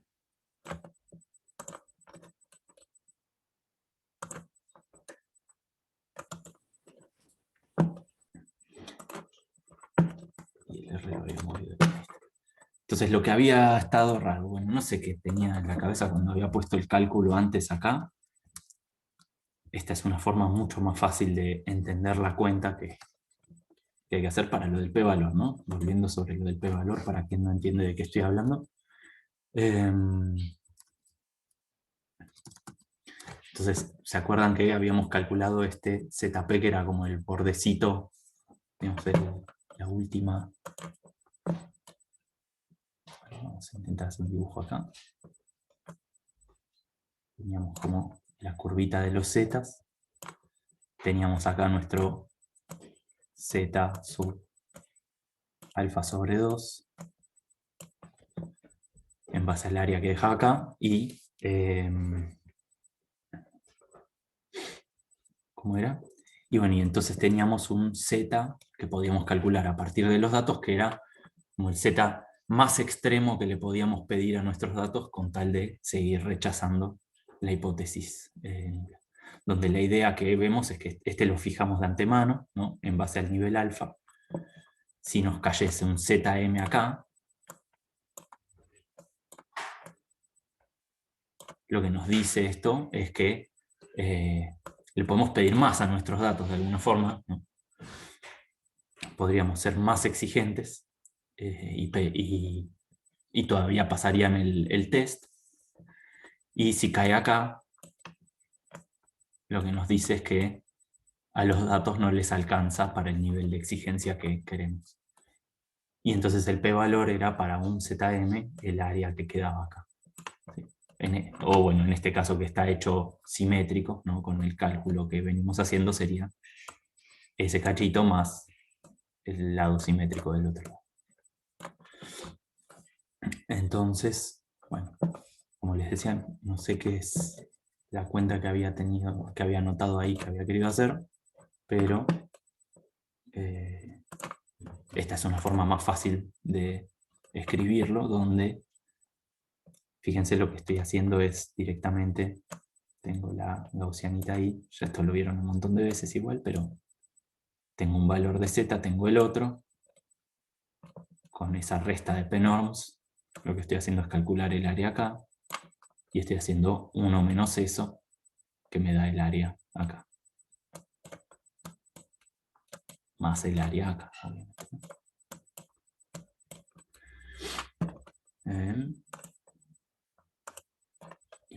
Y que se me vaya el lapicito.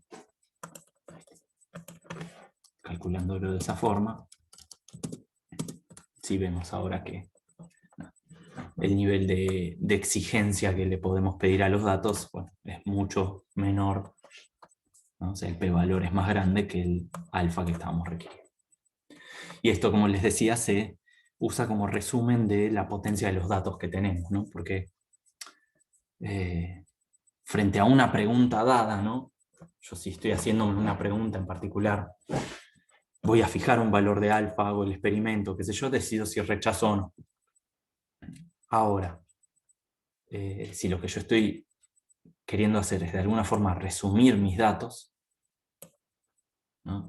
Y resumir bajo cierto modelo cuánto reflejan ese modelo, el p-valor es como una medida resumen, como era el x raya para el promedio de los datos, o no sé, el s para resumir la varianza, o la media, la mediana, o los intercuartiles, todas esas medidas que servían para resumir un set de datos.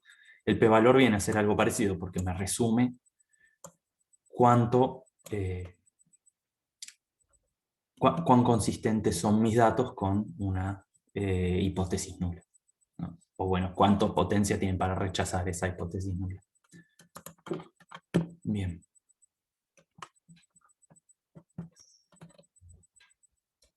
Bueno, esto obviamente ahora va a quedar corregido para cuando lo vuelva a cargar en la página. Si se descargaron el script, vuélvanlo a descargar. Y ya estamos como para hacer el otro ejercicio. Entonces, lo pudieron plantear, lo pudieron mirar, se pusieron a hacer otros ejercicios. Sean sinceros, sinceras, sinceres. Yo lo pude plantear, no sé si estará bien. Bien, vamos que eso es un montón. A ver. Yo creo que pude generar engaño en base a hablar tanto de intervalos de confianza para que se convenzan de que tenía que ver y servía para hacerlo ahora y no esperar hasta que pase la próxima entrega. Bueno, vayamos planteándolo y me vas contando si querés. Pero vamos a anotar primero los datos. Sí, lo planteé como muy, muy igual, muy parecido al anterior que hicimos. O sea, Bueno, estandarizás a una normal 0,1 con la media. claro, exactamente. Hay una diferencia igual. La región de rechazo acá queda con la misma pinta que en el otro caso. Fíjate, en este que resolvimos antes. Lo que estábamos chequeando era que hubiese error sistemático. Podía ser positivo o negativo. Claro, acá tiene que ser positivo. Claro, acá está. La pregunta es, ¿produce más con este fertilizante o no produce más? O sea, sí, No. el H1 sería que mu sea mayor a 90,4.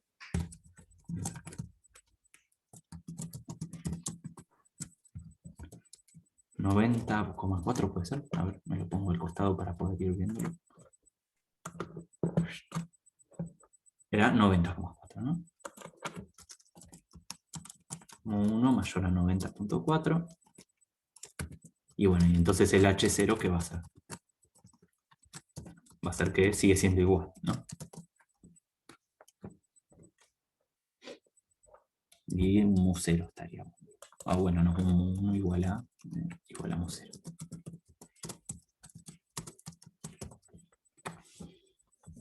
Entonces, vos me decías que tenemos un X raya, acá directamente nos dan el X raya, y lo que decimos es que X raya n menos mu 0 sobre sigma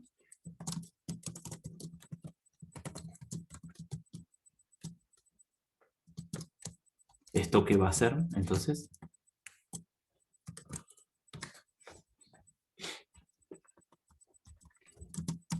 Eso va a ser una normal 0,1. Exacto. ¿Qué tanto se separa los valores a la media? Claro. Y esto mide cuánto se separan los valores de la media. Y entonces, ¿qué es lo que queremos? Digamos, ¿cómo armo mi región de rechazo? Yo lo que O quiero sea, es que... el área, Ujú. el área o sea, lo que sería simétricamente el área mayor.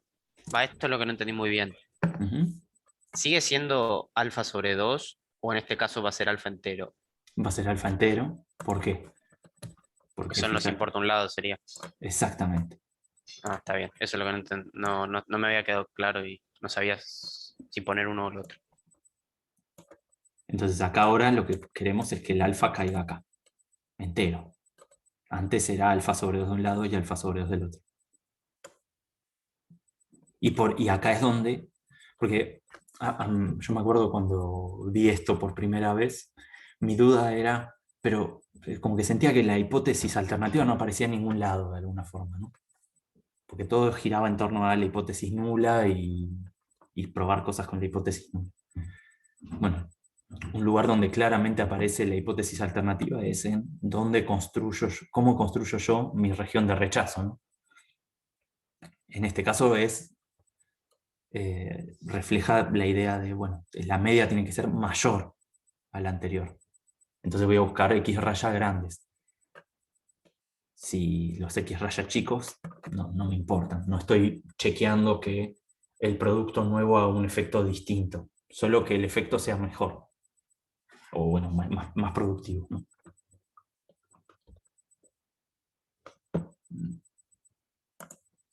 Entonces, con eso en mente, lo que pedimos es la probabilidad de z mayor a z sub alfa igual a alfa.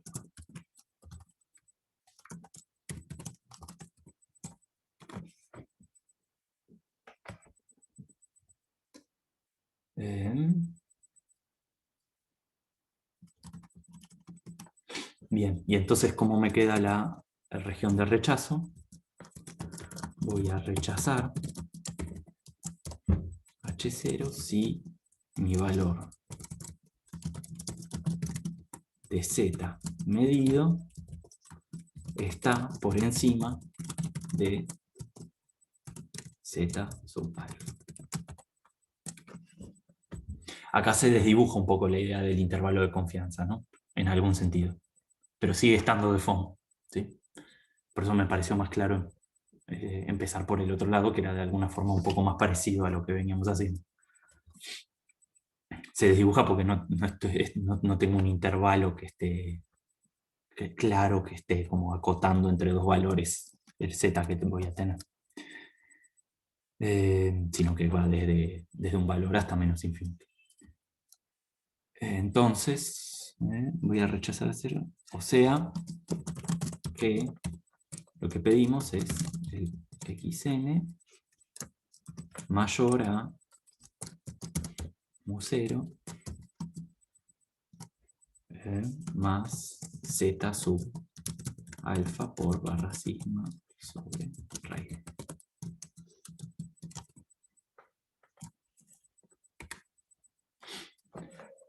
Donde igualmente fíjense que vuelve a aparecer la misma idea, que es que yo no le pido al x raya que sea exactamente igual a mu0, sino que le pido que tiene que ser más grande. ¿Y cuánto más grande? Y bueno, ese más grande está dado por este z alfa, ¿sí? Fíjense que mayor sea la cantidad de datos, de nuevo, esta cosita se va a hacer más chiquitita. Y entonces, para un mismo, o sea, que si los datos me dan el mismo promedio, me va a disminuir este numerito, y entonces con que sea un poquito más grande que el promedio, ya me va a dar que rechazamos la hipótesis nula. ¿Sí se ve eso? O sea, se ve que si n tiende a infinito, por más que x raya sea un poquito más grande que mu0, ya voy a estar en la región de rechazo. Sí, Que sí, eso si tiene infinito es nada más. Lo único que le pedís es que sea mayor. Ya está. Exacto. Exactamente. Que bueno, que eso es algo también que, digamos, hay que tener en cuenta con cómo uno plantea las cosas, porque hay que ver qué es lo que uno está queriendo ver con esto, ¿no? Pues si la pregunta es, ¿tuvo un efecto mayor el nuevo producto? Y sí, pero ¿qué pasa si n tiende a infinito, el x raya converge en probabilidad al verdadero mu, ¿no? O sea, es un estimador del verdadero mu, del mu1. Y si el mu1 es el mu0 más, no sé, 10 a la menos 3, ¿no? O sea, es 90.4 más un numerito chiquito, quizás no tiene sentido plantear que realmente dio más grande, ¿no? Aún así estaríamos rechazando la hipótesis nula. ¿Por qué? Porque claramente tiene algún tipo de efecto el producto químico nuevo que estamos poniendo. Pero eso no quiere decir que el efecto sea muy relevante en términos de la cantidad del aumento del mu1 respecto al mu0. Eso para que lo tengan presente, porque sí, de nuevo, si siguen con cosas de data science, se van a cruzar con ese tipo de discusiones cuando yo lo que estoy trabajando es con realmente datos masivos. No sé si yo tengo 3 millones de personas en Facebook y estoy midiendo algún tipo de cosa con esos 3 millones de personas, hay que ver, hay que ser cuidadoso con cómo uso esto para ver qué es lo que estoy midiendo, qué efecto está ocurriendo, ¿no? Por esto que les decía recién, de que una variación muy chiquita puede parecer muy significativa. Bueno, basta de divergencia. Entonces tenemos la región de rechazo. ¿Y cuánto da esto? Yo no llegué a calcularlo, porque soy medio lento con R, así que Perfecto. no tengo una respuesta. Yo también soy lento con R, por eso. Y ahora que descubrí que puedo hacer esto, ahí están viendo el R, ¿no? No fallen. Sí, se ve. Perfecto. Tenemos acá ya los datos. Todavía se ve el gráfico que hiciste con el lápiz también. Ah, sí. Un paso a la vez, un paso a la vez.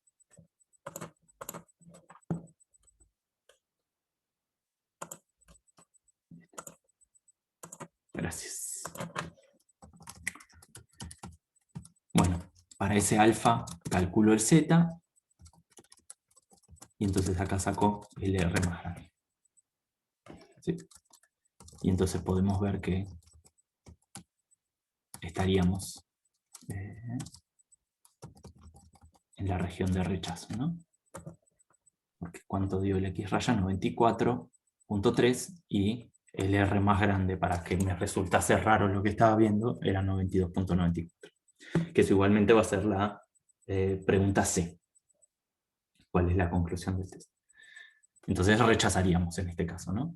Diríamos si en efecto el producto químico nuevo produce algún tipo de mejora en el cultivo. Tiene como, esta parte tiene como un montón de términos contrario a lo que uno esperaría. Rechazamos significa que aceptamos la nueva hipótesis. Sí. Aumentar el alfa significa que bajamos la vara de Sí, coso. totalmente. Es un poco Por eso, confuso. por eso es importante poder vincularlo para mí con el tema de intervalo de confianza, que como es parecido en un montón de sentidos, pero va por la positiva, si querés. Pero bueno, tiene todo que ver con esta lógica que es lo que intenté aclarar al principio, con la lógica falsacionista que tiene esto, donde en realidad nosotros no estamos queriendo mostrar con esto que hacemos que el nuevo producto tiene un efecto positivo, sino que no tiene el mismo efecto. Claro, sí, obvio. Pero Pero bueno, es raro. Sí. No, pero está sí. bueno. Para mí esas cosas está bueno pensarlas porque es lo que le da significado a lo que estás haciendo.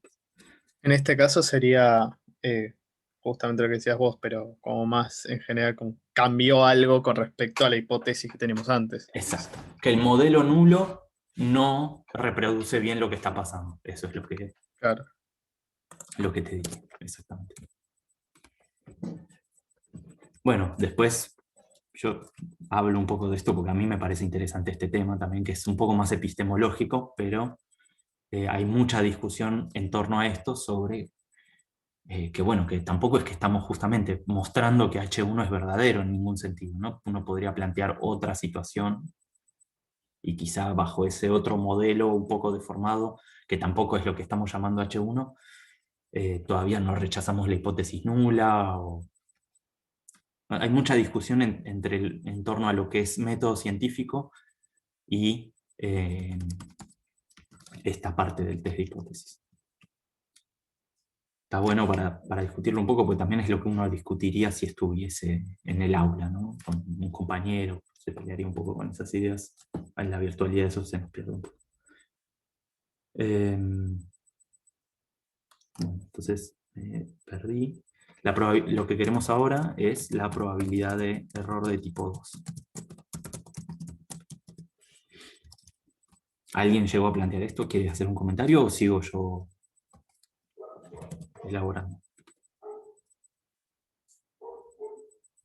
No, yo no Sí. llegué. Acá sí no llegué. Así que. Sí, nomás. Entonces, ¿qué es la probabilidad de error de tipo 2 en este caso? Bueno, de nuevo, lo que queremos es calcular la probabilidad de caer por fuera de la región de rechazo, ¿no? O sea, queremos ver la probabilidad de caer fuera de la región de rechazo, es decir, Profe, perdón. Al final del punto A, no sé si quiso poner igual a algo o simplemente se le escapó. final del punto A, sí. Gracias. No, Igual no. para que por si te da tranquilidad, yo antes de subir esto al campus igual siempre le pego una repasada antes de subir. Sí, sí, yo pregunto porque suelo sacar muchas capturas de pantalla y de vez en cuando agarro uno que otro, cosa que no entiendo. Perfecto. Muchas gracias. Entonces, que x raya n sea menor a mu 0 más z sub alfa sigma sobre raíz de n. Pero, ¿no? Pero que mu1 sea mayor a mu 0. O sea, de nuevo, ¿no? Esto puede pasar. Puede pasar que yo tenga un mu1 que sea mayor a mu 0, pero igualmente caer por debajo del valor de corte que yo tenía.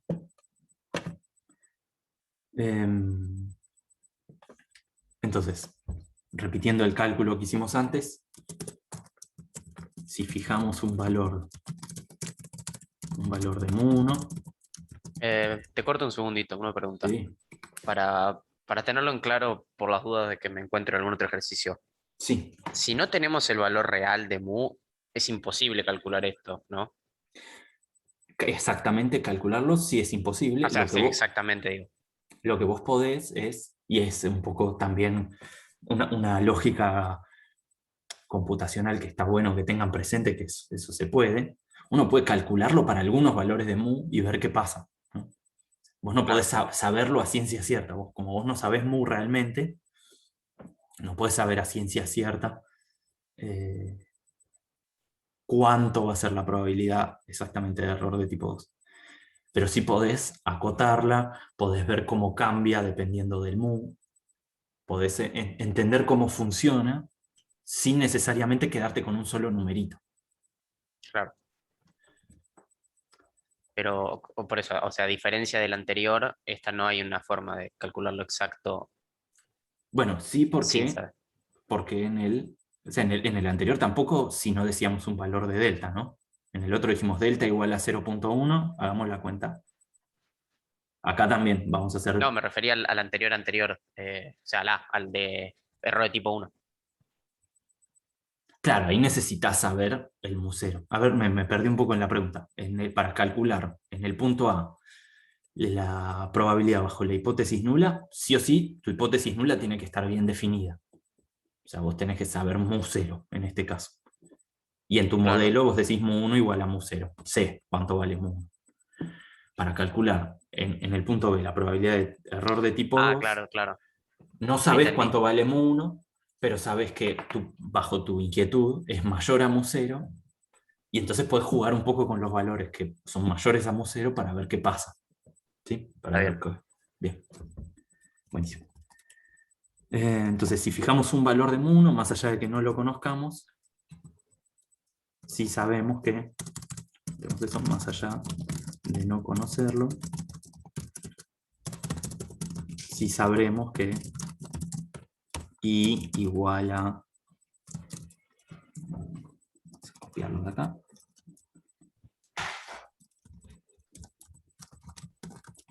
directamente lo copiamos de acá.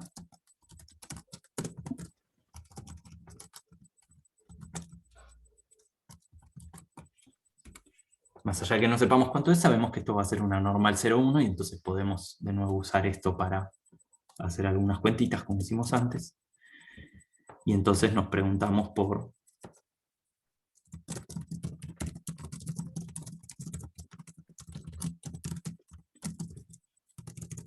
de I, por la probabilidad de I por debajo del valor de corte.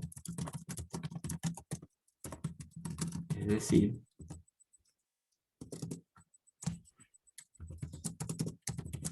la probabilidad de I menor a, y bueno, y ahí hay que hacer el cálculo para ver en qué se transforma esto que tenemos acá, haciéndole esta transformación que es restar mu1 y dividir por sigma sobre raíz de n. Y bueno, un poco aprovechándome de que ya lo hicimos antes, esto queda mu 0 menos mu1 sobre sigma sobre raíz de n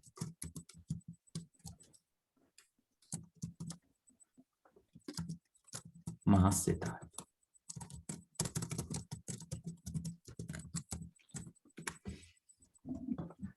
Y entonces, de nuevo, yo esto no lo puedo calcular exactamente porque no sé mu1, pero me puedo preguntar por ciertos valores de mu1 y ver cómo cambia. Si no tengo ni idea de nada, puedo ver eso, para todo el rango de posibles valores que va desde mu 0, básicamente, hasta infinito, que serían todos los casos en los cuales fuese un mu1 mayor a mu 0, ver cómo es esa función,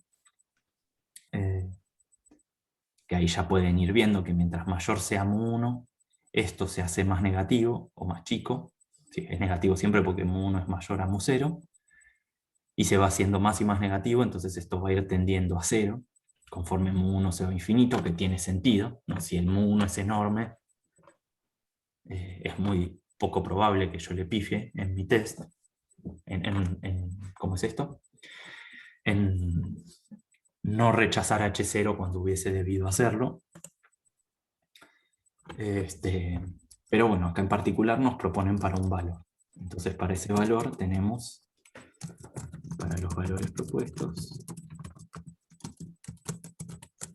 mu1 igual a 92. Entonces lo seguimos en R, para que lo mire después.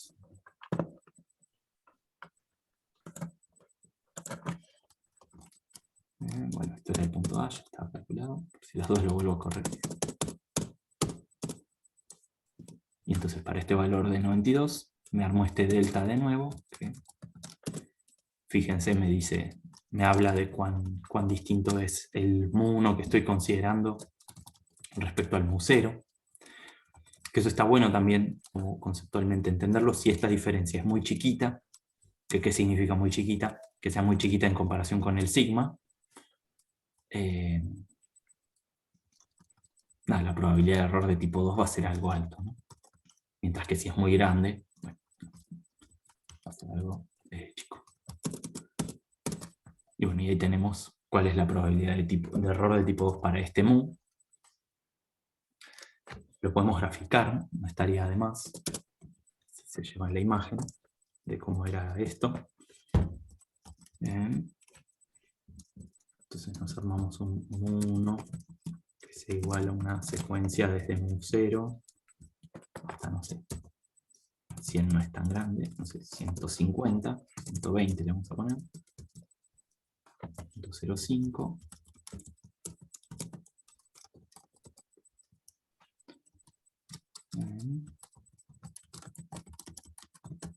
Delta menos así.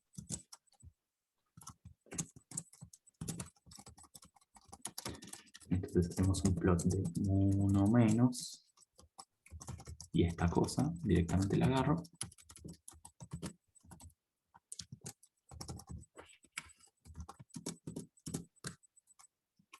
Vamos a hacer que lo grafique con límites. Se queda más bonito. Y entonces ven que ya si el mu1 se pasa de 95, es muy poco probable que con este test, como lo armamos, creamos que H0 era verdad, cuando en realidad era falso. Bien. Bueno, la pregunta del punto C era solo si el test era correcto o no, que era chequear esto. Ya habíamos visto que sí que rechazábamos H0. Y por último, calcular el p-valor de nuevo, donde, como hicimos antes, lo que estamos queriendo hacer es, vamos a anotarlo, subsection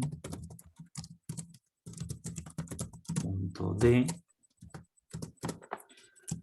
el p-valor lo vamos a armar como el valor, como la significatividad más extrema que podríamos pedir. Igual rechazar H0. Y entonces nos armamos este le vuelvo a poner ZM, que esto es igual al barra x sub n menos mu0. Y acá me falta un sigma.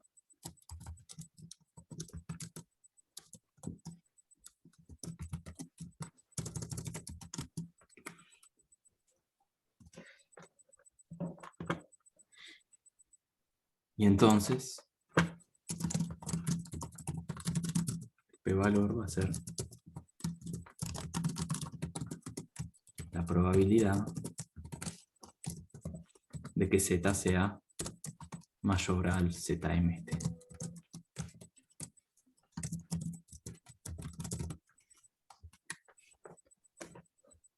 ¿Sí? Y entonces, acá lo calculamos.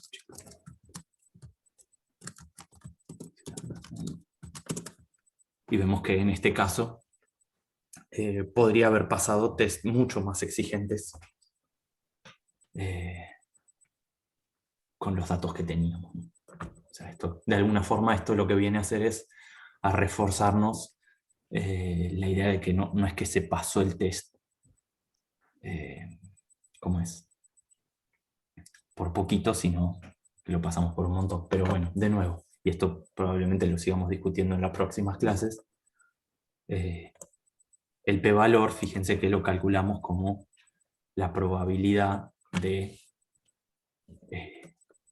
que ocurra algo, y entonces en distintas medidas podría salir distintas cosas. No hay que quedarse con esto como con algo más que una realización del experimento de medir ¿cómo es? De medir esto de los fertilizantes. En otros experimentos podría salir otra cosa. Bueno, eso es todo. No sé si hay alguna pregunta más. Yo, como siempre, ahora les subo esto al campus.